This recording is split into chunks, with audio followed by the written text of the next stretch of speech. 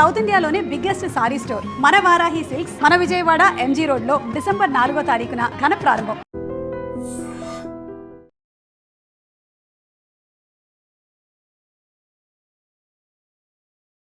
Welcome to ఐడ్రీతో ఇటుకు వచ్చారు, ఎవరిని నమ్మి ఆయన ఇటువైపు వచ్చారు అనే విషయమే ప్రస్తుతం చర్చ జరుగుతుంది. ఈ చర్చపై మావోయిస్ట్ పార్టీ ఒక లెటర్ కూడా ఇచ్చింది. ఆ లెటర్లో చాలా క్లియర్గా కామారెడ్డి హిడ్మా మారేడుపల్లి శంకర్ హత్యలపై న్యాయ విచారణ జరిపి దోషులను కఠినంగా శిక్షించాలి, ప్రజా ఉద్యమాన్ని నిర్వహించండి. వీళ్ళందరితో పాటు ఓ 4 వ్యక్తుల వల్ల ఇన్ఫర్మేషన్ బయటకు వచ్చింది. వాళ్ళలో ఒక కాంట్రాక్టర్ ఉన్నారని కూడా పేర్లు కూడా చెప్పారు. ఇందులో వాస్తవం ఎంత అవాస్తవం ఎంత అనే విషయం ప్రస్తుతం అది మాట్లాడడానికి ప్రముఖ విశ్లేషకులు వి ప్రకాష్ గారు ఆయన అడిగి చాలా క్లారిటీగా తెలుసుకుంది. ఈ దేవ ఆ దేవ ఒకటా కాదా, అంటే తిప్పరి తిరుపతి దేవిజీ ఒకటా లేదు ఇంకొక దేవిజీ ఉన్నారా, ఇవన్నీ విషయాలు కూడా సార్ నుండి తెలుసు. సార్ నమస్తే. నమస్కారం మురళి గారు. ఇక్కడ మనం లెటర్ మొన్న వచ్చిందంటే అంటే హిడ్మా ఎన్కౌంటర్ తర్వాత ఈ లెటర్లో 4 పేర్లు చాలా స్పష్టంగా రాస్తూ ఇక్కడ కొన్ని విషయాలు రాశారండి. అందరు రాస్తున్న దీంట్లో దేవ్జీ, కామ్రేడ్ దేవ్జీ వీళ్ళకి సంబంధం లేదు అంటూ ఒకటి వచ్చింది. అంటే తిప్పరి తిరుపతి ఎలియాస్ దేవిజీ అనుకోవాలా, లేదా అక్కడ ఒక దేవా అని మన హిడ్మాకి రైట్ హ్యాండ్ ఒక ఆయన ఉన్నారు ఆయన అనుకోవాలా, అసలు ఏం జరుగుండొచ్చు? ఈ ఎన్కౌంటర్లో మన ఈ లెటర్లో చూసిన విషయాలన్నీ మీరు క్లారిటీగా చూశారు కాబట్టి ఇందులో ఏమనిపిస్తుందండి? కొసాల్ మా నుండి పారిపోయిన తర్వాత మా కాంగ్రెస్ లోపల రావడానికి సిద్ధమవడంతో ఏకకాలంలో పట్టుకొని 13 మంది హత్య చేశారు, 50 మందిని అరెస్ట్ చేశారు. అరెస్ట్ అయిన వాళ్ళు దేవ్జీ కానీ సంగ్రామ్ మళ్ళా రాజరెడ్డి కానీ లేరు. వాళ్ళు తమ ప్రాణాలను కాపాడడానికి పోలీసుతో ఎలాంటి ఒప్పందం కుదుర్చుకోలేదు. కామ్రేడ్ హిడ్మాల్ తదితర సమాచారం కోసం కామ్రేడ్ దేవ్జీ పోలీసుకి ఇవ్వలేదు. అంటే ఇప్పటి వరకు దేవ్జీ ప్లస్ మల్లా రాజరెడ్డి గారు కూడా పోలీస్ కస్టడీలో ఉన్నారని వార్త వచ్చింది, కానీ వాళ్ళే దీన్ని ఖండించారు, మా దగ్గర ఉన్నారు కాబట్టి. ఇక్కడ ఈ ఇష్యూని కామ్రేడ్ దేవ్జీ ఇవ్వలేదని వచ్చింది. కామ్రేడ్ దేవ్జీ అంటే ఇద్దరు కనిపిస్తారు, తిప్పరి తిరుపతి ఎలియాస్ దేవ్జీ అనుకోవాలా, లేదు అక్కడున్న దేవా అనుకోవాలా? ఎట్టి పరిస్థితుల్లో మనీష్ అని సోనీ కానీ వాళ్ళు వేసిన ఆరోపణలో ఉన్న దేవ వేరు, ఈ దేవ్జీ వేరు. ఎందుకంటే ఒకవేళ నిజంగానే దేవ్జీ పోలీస్ కస్టడీలో ఉన్నప్పుడు ఇది జరిగి ఉంటే అప్పుడు కొంత అనుమానపడే ఆస్కారం ఉండే. రెండవది అక్కడ ఒక దేవ ఉన్నాడు ఫారెస్ట్లో, ఛత్తీస్గఢ్ బస్తర్ జిల్లాలోనే. అతని వాళ్ళ ఫ్యామిలీకి సంబంధించిన ఇంటర్వ్యూస్ కూడా కొన్ని వచ్చినాయి. బహుశా అతని హిడ్మాకు నమ్మకస్తుడు అయి ఉంటాడు, అందుకని అతని మీద వీళ్ళు ఆరోపణ వేసి ఉంటారు. రెండవది ఏంటంటే వీళ్ళిద్దరూ కూడా నక్సలైట్స్ కారు. మనీష్ గుంజాం కానీ సోనీస్ ఎవరైతే ఉన్నారో సోరీ అని కూడా అంటారు ఆమెను. ముందు వీళ్ళ గురించి మనం మాట్లాడుకుందాం, ఎందుకంటే ఈ లెటర్కు బేస్ వాళ్ళు చేసిన ఆరోపణ. మనీష్ ఏమో 1991లో ఒకసారి, 98లో ఒకసారి కుంటా ఎమ్మెల్యే, అంటే మనకు భద్రాచలం పక్కన చింతూరు పక్కన ఉంటుంది కదా, కుంట ఎమ్మెల్యే సిపిఐ నుంచి ఆయన 2 సార్లు ఎమ్మెల్యే గెలిచాడు, 61 సంవత్సరాల వయసు. అతను ఏంటంటే ఆదివాసీ హక్కుల కోసం పోరాటం చేసే ప్రజాప్రతినిధి. అట్లాగే సోనీ ఏదైతే ఉన్నదో గోండు వనిత, అదే బస్తర్ జిల్లాలో దక్షిణ బస్తర్లోనే ఆమె చాలా కాలంగా ఆదివాసీ రైట్స్ కోసం పనిచేస్తున్నది. ఒక స్టేజ్లో ఆమె ఇంటర్నేషనల్ పాపులారిటీ వచ్చింది ఆమెకు 1911లో. ఆమెకు దారుణంగా చిత్రహింసలకు గురి చేశారు పోలీసులు. 3 బిడ్డల తల్లి ఆమె. అయితే ఆమె హక్కుల కోసం పోరాడుతున్నది, నక్సలైట్స్తో సంబంధాలనే అనే దాంతో ఇది వీళ్ళిద్దరి మీద కూడా నిన్న మొన్నటి వరకు ఏప్రిల్లో కూడా మనీష్ గుంజాం ఇంటి మీద రేడ్ చేసి వాళ్ళ ఆస్తులు అవన్నీ విధ్వంసం చేసి ఆయన మీద ఒక ఫాల్స్ కేసు కూడా పోలీసులు బుక్ చేశారు. దానికి స్టేట్మెంటు ఈ సోనీతో తీసుకున్నారు. ఎస్ఆర్ అనే ఆదివాసీ ఏరియాలో పనిచేసే ఒక ఖనిజాలను బయటికి తీసే సంస్థ, ఫేమస్ అది ఎస్ఆర్ అనేది.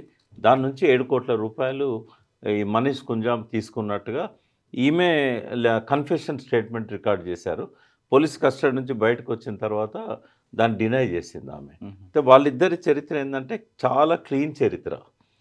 15 ఏళ్లలో ఎంత హరాజ్ చేసినా, ఎంత టార్చర్ చేసినా, ఎన్ని కేసులు పెట్టినా ఆదివాసీల హక్కుల కోసం, ఆ ఖనిజ సంపద దోచుకునే వాళ్ళకు వ్యతిరేకంగా, మావోయిస్టులలో లేకుండా మావోయిస్టుల ఆశయాల కోసం వాళ్ళు పనిచేస్తున్నారు. అరుంధతి రాయ్ లాంటి వాళ్ళు కూడా సోనీకి డిఫెన్స్గా వచ్చారు వాళ్ళు. కాబట్టి వాళ్ళ మాటలకు వాల్యూ ఎక్కువ ఉంటుంది. అయితే పేరు ఒకటే చెప్పేసరికి దేవ్జీ అనుకొని బయట సమాజం, మీడియా ఆ దేవ్జీనే ఇన్ఫార్మర్ అని వాళ్ళు అన్నట్టుగా చిత్రించారు. బట్ ఎక్కడ కూడా వాళ్ళు దేవ్జీ గురించి రాసేటప్పుడు వాళ్ళు చేసిన ఆరోపణలో మావోయిస్టు డిఫెక్టర్ అన్నారు. దేవ్జీని మావోయిస్టు డిఫెక్టర్ అని అంటే అతనే అని ఎట్లా అనుకుంటాం. అవును. కాబట్టి మావోయిస్ట్ డిఫెక్టర్ కాదు, ఆయన మావోయిస్ట్ లీడర్, ఎట్ అవును. ప్రజెంట్ కూడా మావోయిస్ట్ లీడర్. అవును. ఈ లేఖలోనే ఇంకోటి స్పష్టమైంది ఏంటంటే ఆయనే వాళ్ళతోనే ఉన్నాడు, పోలీసులకు దొరకలేదు మల్లా రాజిరెడ్డి కానీ అవును. దేవుజీ కానీ. కాబట్టి ఆ దేవ వేరు, వాళ్ళు చెప్పిన దేవ, ఈ దేవుజీ వేరు. ఓకే. కానీ ఇంకొక ఆరోపణ ఏమొచ్చిందంటే ఉమ్, దేవ్జీ అలియాస్ తిప్పర తిరుపతి ఉమ్, అతను అక్కడ స్టాండర్డ్ అవ్వాలంటే ఆయనకి కాంపిటేటర్గా హిడ్మా. ఉమ్, హిడ్మా ఒకవేళ రేపొద్దున పార్టీ కానీ వస్తే గట్టి నిలబడితే హిడ్మా సపోర్ట్ లేకుండా చేయడం అనేది ఇంపాసిబుల్. కాబట్టి ఈ క్రెడిట్ అంతా హిడ్మాకి వెళ్తుంది. కాబట్టి ఆయన్ని బయటికి పంపడానికి ఈ స్కెచ్ వేశారనేది ఒక వర్గం ఆరోపిస్తుంది. అది 100% అబద్ధం. ఎందుకంటే దేవుజీ ఎవరైతే తిరుపతి ఉన్నాడో, ఆ గణపతి కానీ దేవుజీ కానీ మల్లా రాజిరెడ్డి కానీ ఇంకా ఎవరన్నా అందులో మిగిలిన వాళ్ళు ఉంటే ఏ ఒక్కరు కనీసం నెక్స్ట్ ఒక తరం పోయేదాకా ఛత్తీస్గఢ్లో ఉద్యమం నిర్మించరు, అడుగుపెట్టరు. ఇంకా అది ముగిసిన కథ. ఛత్తీస్గఢ్ దక్షిణ బస్తర్ నక్సలైట్ ఉద్యమం అనేది ముగిసిన కథ. మళ్ళీ ఇంకెవరు ప్రయత్నం కూడా చేయరు. చేసినా కూడా వాళ్ళు గోదావరి దాటగానే చంపేయబడతారు. ఇంద్రావతి గోదావరి క్రాస్ చేయగానే వాళ్ళు చంపేయబడతారు. కాబట్టి అటువంటి దుస్సాహసం ఎప్పుడు కూడా మావోయిస్టులు చేయరు. సరే, ఒకసారి మనం వెనక్కి వెళ్దాం. మీరు చెప్పారు ఇప్పుడు అంటే ఇకపై బస్తర్లో ఉమ్. మావోయిస్ట్ పార్టీ అని ఉండేదేమో ఒక చరిత్రలో పేజీలో అంతే, ఆర్క్యూస్లో చూసుకోవాల్సిందే. కానీ వాటితో పాటు మీ వీడియోస్ కూడా ఆర్క్యూస్లోకి వెళ్ళిపోతాయి. ఎందుకంటే ఉమ్, కంటిన్యూస్గా నేను చూస్తున్నాను లాస్ట్ బహుశా నేను అనుకుంటా 20 years అనుకుంటా. కంటిన్యూగా మీరు ఈ ఉద్యమాన్ని, దీని ప్రతిస్పందనని, విమర్శలను ఒక పక్షపాతం లేకుండా నిష్పక్షపాతంగా వరుసగా ఇస్తున్నారు కదా. భవిష్యత్ తరాలు ఎవరైనా ఈ ఉద్యమం మీద రీసెర్చ్ చేయాలనుకుంటే ఖచ్చితంగా ఈ వీడియోస్ అన్నీ కూడా ఆర్క్యూస్లో ఉంటాయి. అంటే మీరు అంటున్నారు నిక్కచ్చగా వెళ్తున్నారు మీరు అంటున్నారు. నేనైతే కానీ ఒక 100% వర్గం మాత్రం మీరు కంప్లీట్గా పోలీసులు వైపే ఉన్నారని మమ్మల్ని అంటారు. సరే, ఎవరి అభిప్రాయం వాళ్ళది అనుకోండి. ఇక్కడికి వచ్చేసరికి ఇకపై బస్తర్లో జరగదు అంటున్నారు. జరగదు. ఉద్యమం మనం Yes. ఒకసారి వెనక్కి వెళ్తే Hmm. 1969 నుంచి శ్రీకాకుళం రైతాంగ పోరాటం నుంచి కరీంనగర్ వరకు, Hmm. కరీంనగర్ మీదుగా ఇలా నల్లమల Hmm. అలా వెళ్ళింది. Hmm. ఇంకా రాయలసీమలో అనుకోండి ఎంత ఫాస్ట్గా వచ్చిందో అంతే ఫాస్ట్గా వెనక్కి వచ్చింది. కానీ తెలంగాణలో స్ట్రాంగ్గా నిలబడింది. తెలంగాణ, ఆంధ్రప్రదేశ్, ఉమ్మడి ఆంధ్రప్రదేశ్లో. ఇక్కడ నుండి ఎప్పుడైతే నల్లమల ఖాళీ చేసామో Hmm. ఇక్కడ నుండి అటు వెళ్ళడం కనుక ఇక్కడ పూర్తిగా అంటే బేస్ ఎక్కడ వీళ్ళకి ఉమ్మడి ఆంధ్రప్రదేశ్. అవును. ఆ బేస్ మర్చిపోవడం వల్ల ఈ పార్టీ దూరమైంది అనుకోవచ్చా? అంటే ఇప్పుడు ట్రైబల్స్లలో పోడు కల్టివేషన్ అని ఉంటుంది. అంటే వాళ్ళు ఈ సంవత్సరం ఎక్కడైతే అడవి నరికి, అంటే అడవి అంటే చెట్టు, పెద్ద చెట్లు నరకరు, చిన్న చిన్న తుప్పలు అవి ఇవన్నీ చేసి వ్యవసాయం చేసిన తర్వాత మళ్ళీ నెక్స్ట్ అక్కడ విత్తనం వేయరు వాళ్ళు. షిఫ్టింగ్ కల్టివేషన్ అంటారు, పోడు కల్టివేషన్. అదే మావోయిస్ట్ పార్టీ. మావోయిస్ట్ పార్టీలో కూడా అదే జరుగుతూ ఉంది. ఎందుకంటే వాళ్ళ ఫస్ట్ ఫెయిల్యూర్ ఏంటంటే ఎక్కడైతే ఉద్యమము విఫలమైందో అక్కడ పునర్నిర్మాణం చేయరు. దానికి శాస్త్రీయ కారణం ఏంటంటే ఒక తరం మారాలి. ఒక ఉద్యమం ఫెయిల్ అయిన తర్వాత మళ్ళీ అదే ఉద్యమాన్ని ఎవరైనా మొదలు పెట్టాలంటే ఆ తరంతో సాధ్యం కాదు. కానీ మీరు అంటున్నారు అలా, కానీ వాళ్ళు అనేది ఏంటంటే మావోయిస్ట్ పార్టీ ఉద్యమం అనేది ఫినిక్స్ పక్షి లాంటిది. అది ఎప్పటికైనా రావచ్చు, ఏ తరంతోనే రావచ్చు. కాబట్టి మీరు అన్నట్లుగా అలా వెళ్తుందంటారా? అన్ని ఉద్యమాలు ఫీనిక్స్ పక్షిలాగా లేవాయి. ఇప్పుడు ఎప్పుడు లేస్తాయి? ఒక 50 ఏళ్ళలో 60 ఏళ్ళ తర్వాతనో మళ్ళీ లేస్తాయి. అట్లా లేవడానికి కావాల్సిన మార్పులు చేసుకోవాలి వాళ్ళు. మరి ఈ పద్ధతిలో AK-47లు పట్టుకొని మాత్రం మళ్ళీ నక్సలైట్ మూవ్మెంట్ అనేది ఇంకా మళ్ళీ కంటిన్యూ అయ్యే అవకాశం కానీ, ఫీనిక్స్ పక్షిలాగా మళ్ళీ AK-47లతో లేసే అవకాశం కానీ జరగదు. ఎందుకంటే ప్రపంచ చరిత్ర తెలిసిన వాళ్ళకి ఎవరికైనా ఇది అర్థమవుతుంది. చే గువేరా ఎక్కడ ఫస్ట్ స్టార్ట్ చేశాడు? ఆయన స్టార్ట్ చేసిన కంట్రీస్లల్లో ఎక్కడైతే ఫెయిల్ అవ్వకుండా వచ్చిందో ఫైనల్గా క్యూబాలో ఆయన సక్సెస్ అయ్యాడు. మళ్ళీ అక్కడ నుంచి ఇంకా బొలివియా పోయి మళ్ళీ ప్రయత్నం చేశాడు, ఫెయిల్ అయ్యాడు. ఆయన ఎక్కడెక్కడైతే ఫెయిల్ అయిందో అక్కడ ఆయన జీవితకాలంలో మళ్ళీ దాన్ని పునరుద్ధరించడం జరగలే. ఈవెన్ తెలంగాణలోనే చూద్దాం మనం, కల్లోలిత ప్రాంతాలని చెప్పి ఒకప్పుడు ఫస్ట్ స్టార్ట్ అయిన ములుగులో అడవులలో రక్షణ తీసుకున్నారు తప్ప జంపన్న పోయిన తర్వాత జనార్దన్ అక్కడ నుంచి బయటకు వచ్చినాక ఉద్యమం లేదు. నెక్స్ట్ సిరిసిల్ల, జగిత్యాల కల్లోలిత ప్రాంతాలని చెప్పి 78లో చెన్నారెడ్డి గారు ప్రకటించారు కల్లోలిత. ఆ తర్వాత మళ్ళీ అక్కడ ఉద్యమం లేదు. సిరిసిల్ల రాజన్న జస్ట్ అక్కడ ఎమ్మెల్యేగా నిలబెట్టుకోవడానికి, గెలిపించుకోవడానికి పనిచేశాడే తప్ప పోరాటాలు లేవు. జగిత్యాల పోరాటాలు లేవు. ఆదిలాబాద్, ఒకప్పుడు ఆదిలాబాద్ అనేది ప్రధాన కేంద్రంగా ఉండేది. జగిత్యాల జైత్యాత్ర అని పెద్ద ఇవన్నీ ముగిసిన కథలు అంటున్నా. మళ్ళీ అక్కడ లేదు. షిఫ్టింగ్ కల్టివేషన్ లాగానే అక్కడ నుంచి నల్లమలకు పోయారు. నల్లమల్ల మళ్ళీ ఇప్పుడు లేదు. అంటే ఒక దగ్గర డిస్ట్రాయ్ అయిన తర్వాత, అణచివేయబడ్డ తర్వాత, లేదా వీళ్ళు ఖాళీ చేసి దూర ప్రాంతాలకు వెళ్ళిపోయిన తర్వాత పునర్నిర్మాణం అనేది సాధ్యం కాదు. ఎందుకంటే ఒక తరం మారాలే. ఆ తరం మైండ్‌లో ఏముంటదంటే ఇది ఒక ఫెయిల్యూర్ హిస్టరీ లాగా ఉంటది. అవును. మీకు నేను మళ్ళా చెప్తున్నాను. ఇంకో 30 ఏళ్ల దాకా తెలంగాణలో గానీ, ఛత్తీస్‌గఢ్‌లో గానీ, పర్టిక్యులర్ బస్తర్, దక్షిణ బస్తర్‌లో గానీ, గడ్చిరోలిలో గానీ నక్సలైట్ రిక్రూట్‌మెంట్ అనేది జీరో జరగదు. సార్ ఇన్ని జరిగాయి. మీరు చెప్తున్న 1969 నుంచి మనం ఒకసారి వెనక్కి వెళ్తే కోరుట్ల, జగిత్యాల ఇవన్నీ వెళ్తున్నాం. ఒక్కొక్క ఉద్యమం, ఒక్కొక్క ఫెయిల్యూర్ నుంచి పాఠాలు నేర్చుకోవాలి కదండీ! ఎందుకు నేర్చుకోవట్లేదు వీళ్ళు? అది failure of people's war and Maoist. వాళ్ళు ఇప్పుడు ఇటువంటి జరగకూడదనే మహాభారతంలో అభిమన్యుని కథను సృష్టించారు. హ్మ్. సగం వరకే విని, సగం వరకే పోరాడి, సగంలోనే చనిపోయాడు. అవును. విప్లవోద్యమంలో కూడా ఇప్పుడు సపోజ్ మీరు ఒక బస్సు ఎక్కుతున్నారు. మీరు శ్రీకాకుళం పోవాలనుకోని ఒక లక్ష్యం ఉంటే, మీరు విజయవాడ పోయినా కూడా శ్రీకాకుళం దిక్కుపోయే బస్సు ఎక్కుతారు తప్ప కడప దిక్కుపోయే బస్సు అవును. ఎక్కరు. వీళ్ళకి ఏమైందంటే బస్సు ఎక్కారు కానీ ఎక్కడ దిగాలి, ఎక్కడ లక్ష్యం లేదంట. లక్ష్యం ఉంది, రోడ్ మ్యాప్ లేదు. లక్ష్యం ఉంది. హ్మ్. ఇప్పుడు శ్రీకాకుళం పోవాలని లక్ష్యం ఉంది, హ్మ్. కానీ జైరాబాద్ దిక్కుపోతే వస్తుందా? హ్మ్. రోడ్ మ్యాప్ లేదు. నేను బల్లగుద్ది చెప్పగలుగుతా, 3 గంటలైనా మీతో నేను సిద్ధాంతపరంగా చర్చ చేస్తా. వీళ్ళు ఎక్కడెక్కడ తప్పులు చేశారు రాస్తే 18 మహాభారత పర్వాలంతా అయితే మన నక్సలైట్ల చరిత్ర. హ్మ్. నిజంగానే కూర్చొని రాయాలనుకుంటే హ్మ్. సీతారామయ్య గారు చేసిన తప్పులేంది, సత్యమూర్తి గారి ఏమంటారు రొమాంటిసిజంతో కూడిన రెవల్యూషనిజం అనేది సత్యమూర్తి గారు ఎట్లా ప్రమోట్ చేశారు, గద్దర్ పాటలతోని మేల్కొన్న ప్రజలంతా కూడా ఏ దారి పట్టారు, లాస్ట్కి ఏమయ్యారు, ఇవన్నీ కూడా చర్చనీయాంశాలు. ఎందుకంటే అల్టిమేట్గా నాకు తెలిసింది ఏంటంటే, సరే పోలీసులు అణచివేయచ్చు, ప్రజలలో నుంచి వీళ్ళు దూరం కావచ్చు, బట్ అల్టిమేట్గా ఏమైందంటే క్యాప్షన్ వస్తుంది, అరుణ అరుణ బాటలో ఆగమైన భారతం. వాళ్ళు ఆగమైన్లు, జనాన్ని ఆగం చేసిండ్లు. అల్టిమేట్గా రిజల్ట్ ఏంది ఇవాళ? నథింగ్. ఏదో కొన్ని సంస్కరణలు, కొన్ని హక్కుల కోసం పోరాటాలు, కొంత భూస్వాములకు వ్యతిరేకంగా ఖనిజ సంపదను కాపాడుకోవడానికి చేసిన మంచి పనులు, గుండాయుధాన్ని అరికట్టడం లాంటి మంచి పనులు డెఫినెట్గా చరిత్రలో వాళ్ళు చేసినవి రికార్డ్ అవుతాయి, రక్తాక్షరాలతో రికార్డ్ అవుతాయి. అది ఎక్కడ పోదు. అది ఎక్కడ పోదు. అవును. కానీ రాజ్యాధికారం, అల్టిమేట్గా రాజ్యాధికారం దిశలో ఆ రోడ్ మ్యాప్ రూపొందించుకోవడంలో ఎత్తుగడలలో ఫెయిల్ అయ్యారు. ఒకప్పుడు ఎంతోమంది చదువుకున్న మేధావులు వెళ్ళిన పార్టీ, ఏదో లక్ష్యంతో వెళ్ళి ఆ త్యాగాలతో ఉన్న పార్టీ క్లైమాక్స్ వచ్చేసరికి ఇంత దారుణంగా ఉంటుందని ఎవరు ఊహించలేకపోతున్నారు. నేను ఊహించాను కదా, దేవులపల్లి వెంకటేశ్వరరావు గారు రాసిన పుస్తకం చదివిన తర్వాత హ్మ్. ఆ రోజుల్లోనే మాకు అనిపించింది, ఇది దుస్సాహసం, ఈ దారిన పోతే వీళ్ళకు రాదు. ఆయన అతివాదం అని పెట్టాడు వీళ్ళ పేర్లు. సిపిఐ సిపిఎంకు మితవాదం అని పెట్టారు. కాబట్టి ఆ రోజే మాలాంటి యువకులమంతా 18, 21 ఏజ్లో ఉన్న వాళ్ళము ఎవరెవరమైతే వీళ్ళ బాటలో పోదామా వద్దా, పోదామా వద్దా, మాకు ఎట్లుండేదంటే దినమంతా ఈ పాటలతో ఇన్స్పైర్ అయ్యేటోళ్ళం. ఈ మీటింగ్లో పోయేది, వరవరరావు గారు ఉపన్యాసాలతో ఇన్స్పైర్ అయ్యేది. మళ్ళీ ఇంటికి వచ్చి ఈ డాక్యుమెంట్లు తీసేది. అరే ఈయన ఇట్లా చెప్తున్నాడు, వాళ్ళు అట్లా చెప్తున్నారు. 1 సంవత్సరంన్నర సంఘర్షించిన తర్వాత సత్యమూర్తి గారితో 7 మీటింగ్లు అయినాయి నాకైతే. నేను ఇదే మాట చెప్పాను, మీరు అల్టిమేట్గా సాధించేది కొన్ని రిఫార్మ్స్, కొన్ని ఫలితాలు తప్ప తుపాకీ గొట్టం ద్వారా రాజ్యాధికారం దిశగా మీరు అనుకున్న లైన్ కరెక్ట్ కాదు. ఇగో ఈ డాక్యుమెంట్లో ఉంది, మాకు అది కన్విన్సింగ్ ఉంది అని చెప్తూ వచ్చేది. అంటే చాలామంది ఆ రోజుల్లో విడిపోయిన వాళ్ళు, మీరు ఎవరు ఊహించాలని అంటున్నారు కదా, 68లో నవంబర్ డిసెంబర్లో చారు మజుందార్తో ఆల్ ఇండియా లెవెల్లో పోయి చర్చలు చేసిన వాళ్ళంతా కూడా వాళ్ళు చారు మజుందార్ ముఖం మీద చెప్పారు, ఎప్పుడు నక్సల్బరీ విఫలం కాకముందు ఈ లైన్ తప్పు, భూస్వాములను చంపడం వల్ల, వర్గశత్రు నిర్మూలన వల్ల విప్లవం రాదు అన్న తర్వాత 72లో ఆయన మరణానికి కొద్ది రోజుల ముందు ఆయన చెప్పాడు, ఇది కరెక్టే వాళ్ళు చెప్పింది, ఈ రకంగా వర్గశత్రు నిర్మూలన, వ్యక్తిగత హింసావాదం తప్పు అని చెప్పాడు.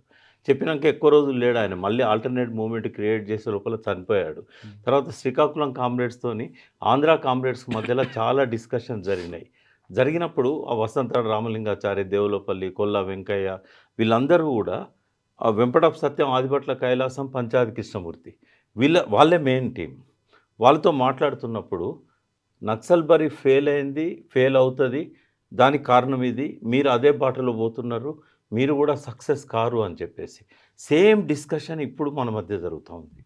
సరే, మీరు చాలా కాలం నుంచి ఉన్నారు కాబట్టి జనం కోసం, వాళ్ళ మార్పు కోసం, వాళ్ళ హక్కుల కోసం మనం పోరాటం చేస్తాం, అందులో భాగంగా త్యాగాలు చేసి వచ్చారు. కానీ వాళ్ళలో చైతన్యం తీసుకురావడానికి ఎందుకు మనం చేయలేకపోయామండి? అంటే వాళ్ళకి కష్టం అంతా వాళ్ళది, వీళ్ళు తుపాకీ పట్టుకొని చేయడం కన్నా వాళ్ళలో ప్రశ్నించే తత్వం తీసుకొచ్చి వాళ్ళ సమస్యను వాళ్ళే పరిష్కరించుకునే విధంగా ఎందుకు వాళ్ళు ఒక థియరీ ఉంది డెమోక్రటిక్ సెంట్రలిజం అని. ఇప్పుడు 1978 నుంచి దళాలు ఫామ్ చేయాలన్న దగ్గర నుంచి ఈ రోజు వరకు ఇంటర్నల్గా ప్రశ్నించే వాళ్ళు 45-50 ఏళ్ళుగా అందులోనే ఉన్నారు. బట్ మెజారిటీ నిర్ణయానికి మైనారిటీ కట్టుబడి ఉండాలని చెప్పేసి ఒక సూత్రీకరణ ఉంది కాబట్టి వాళ్ళకి ఇష్టం లేకున్నా కూడా అలా పనిచేస్తున్నారు.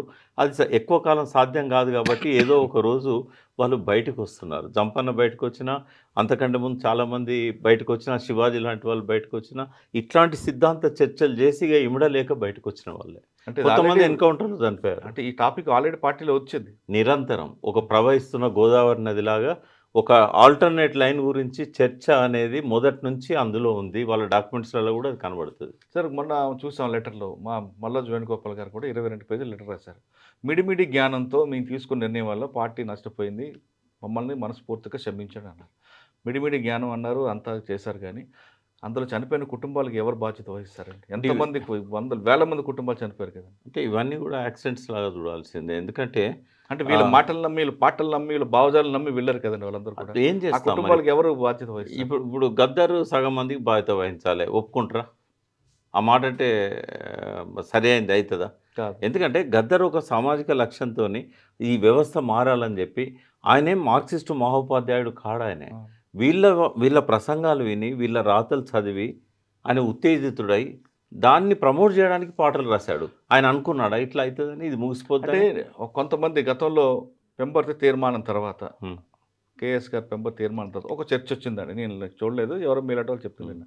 ఆ చర్చలో ఇందులో ఈ యుద్ధంలో రాజ్యానికి మనకి జరుగుతున్న యుద్ధంలో పోలీసుల వైపు నుంచి ఎవరైనా చనిపోతే ప్రభుత్వం వాళ్ళకి అన్ని విధాలు ఆదుకుంటుంది. పార్టీలో కూడా ఆ విధంగా చనిపోతే వాళ్ళకి ఎంతో కొంత ఆదుకోవాలని ఒక తీర్మానం వచ్చింది. అది మరుగున పడింది అంటారు. వాస్తవం అంటే కొన్ని దిక్కుల చేశారు, సహాయం చేశారు. బట్ అదొక పాలసీగా వాళ్ళు పెట్టుకోలేకపోయినారు, దాన్ని అమలు చేయలేకపోయినారు. చేయాలి కదా, పార్టీ ఫండ్ ఉంది కదండి. అంటే వాళ్ళు అనుకుంటే పార్టీ ఫండ్ వస్తుంది కూడా వస్తుంది. అయితే కొంతమంది సానుభూతి పనులకు చెప్పేవారు, వాళ్ళ కుటుంబానికి కొద్ది హెల్ప్ చేయండి, అది అట్లా చెప్పడం వల్ల కొంత సహాయం దొరికేది. బట్ ఇప్పుడు హిడ్మా తల్లిని చూస్తే మనకు అర్థమైంది. హిడ్మా తల్లి అంటున్నారండి సార్. ఇప్పుడు మీరు బడే చొక్కారావు దామోదర్ గారు నాన్న చూసినా చాలా గౌరవంగా ఉంటుంది. అవును. అదేవిధంగా మళ్ళీ రాజారెడ్డి గారి పిల్లలు చూసినా గౌరవంగా ఉంటుంది.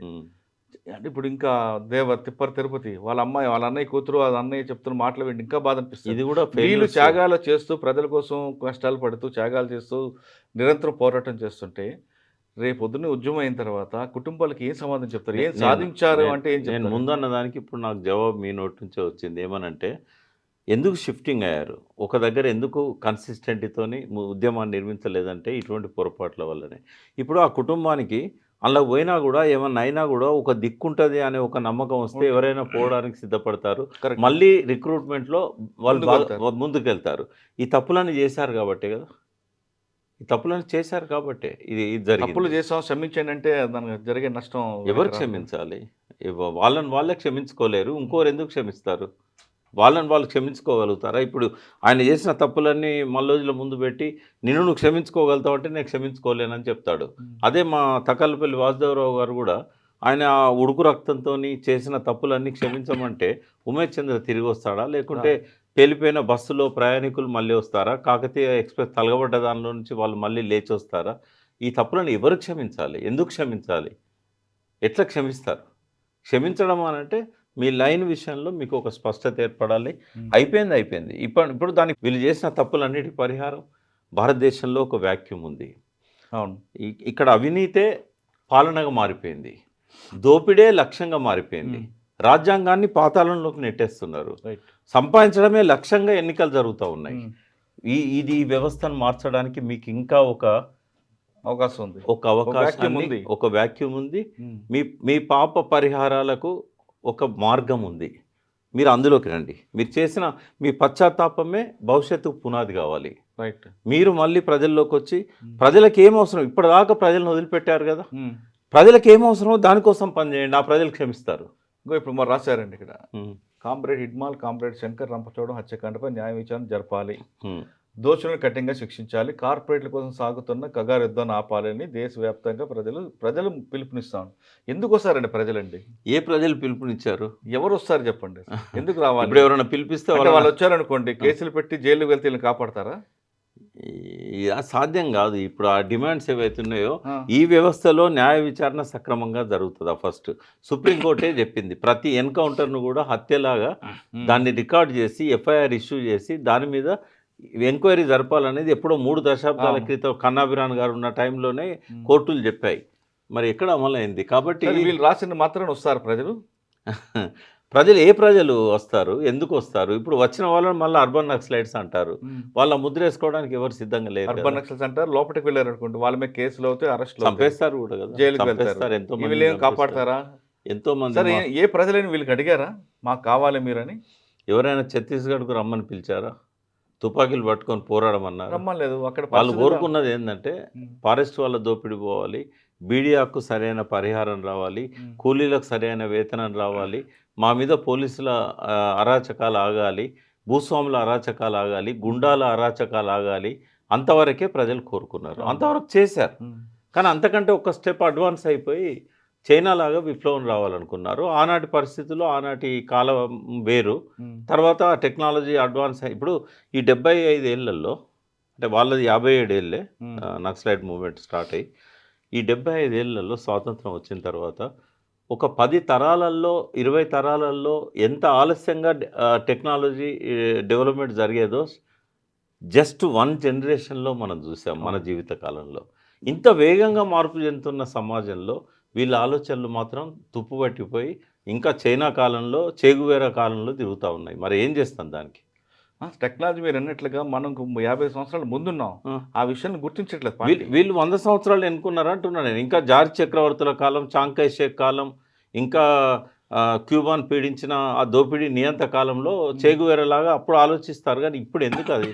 ఇప్పుడు అది సాధ్యమవుతుందా? ఇప్పుడు ఎంతమంది అయినా బలవుతారు తప్ప చేగువేరాలు కాలేరు. సార్, ఇప్పుడు ఫైనల్గా చెప్పండి, ఈ సిచ్యువేషన్ ఒక కొలిక్కి వస్తుంది.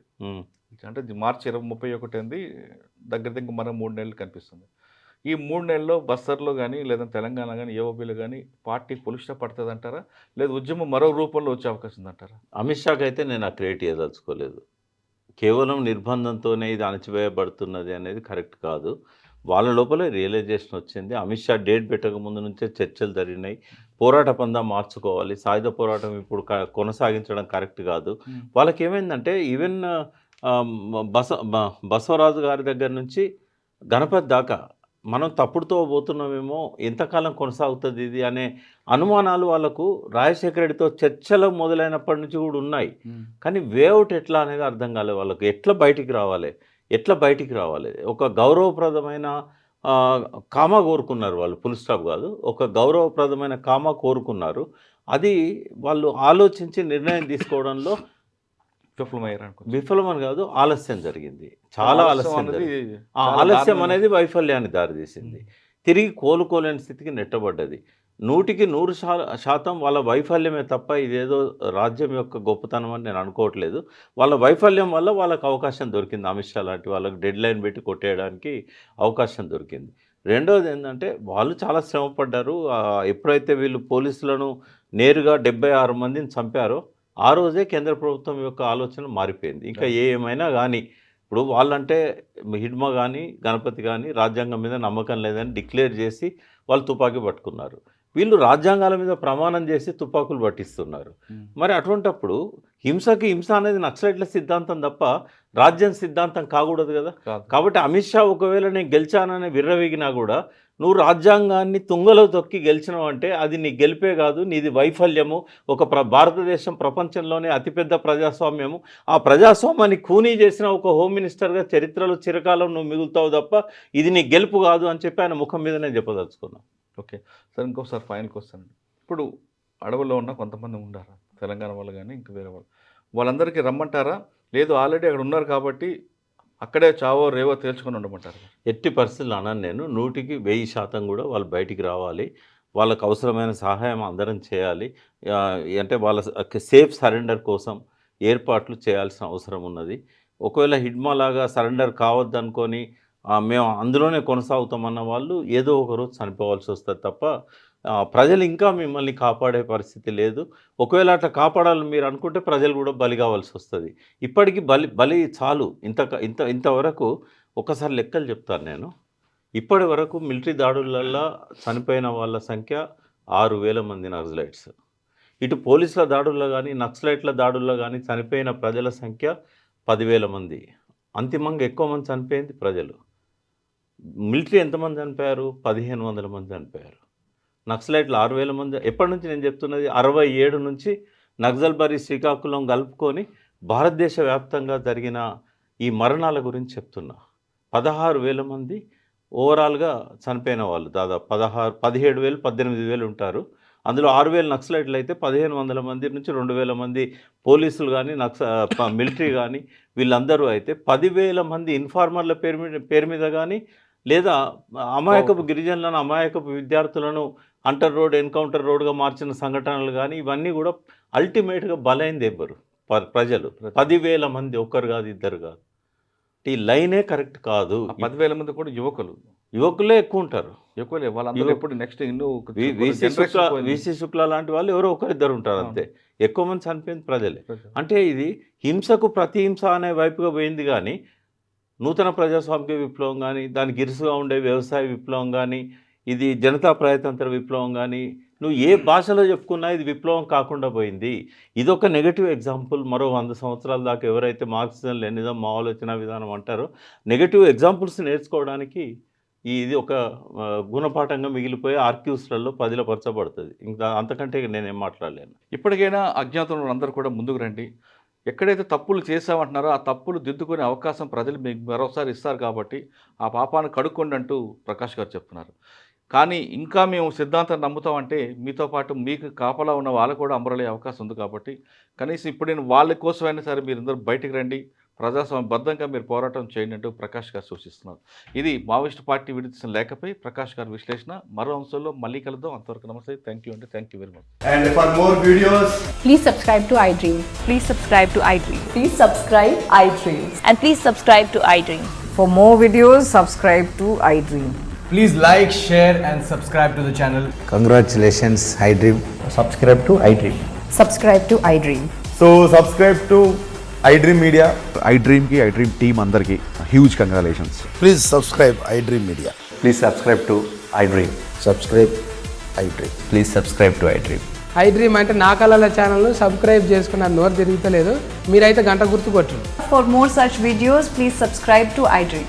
Subscribe to iDream. Please subscribe to iDream. Please subscribe iDream Media. Please do subscribe to iDream. Please subscribe to iDream Media. For best entertainment and information, please subscribe iDream. And don't forget to subscribe to iDream.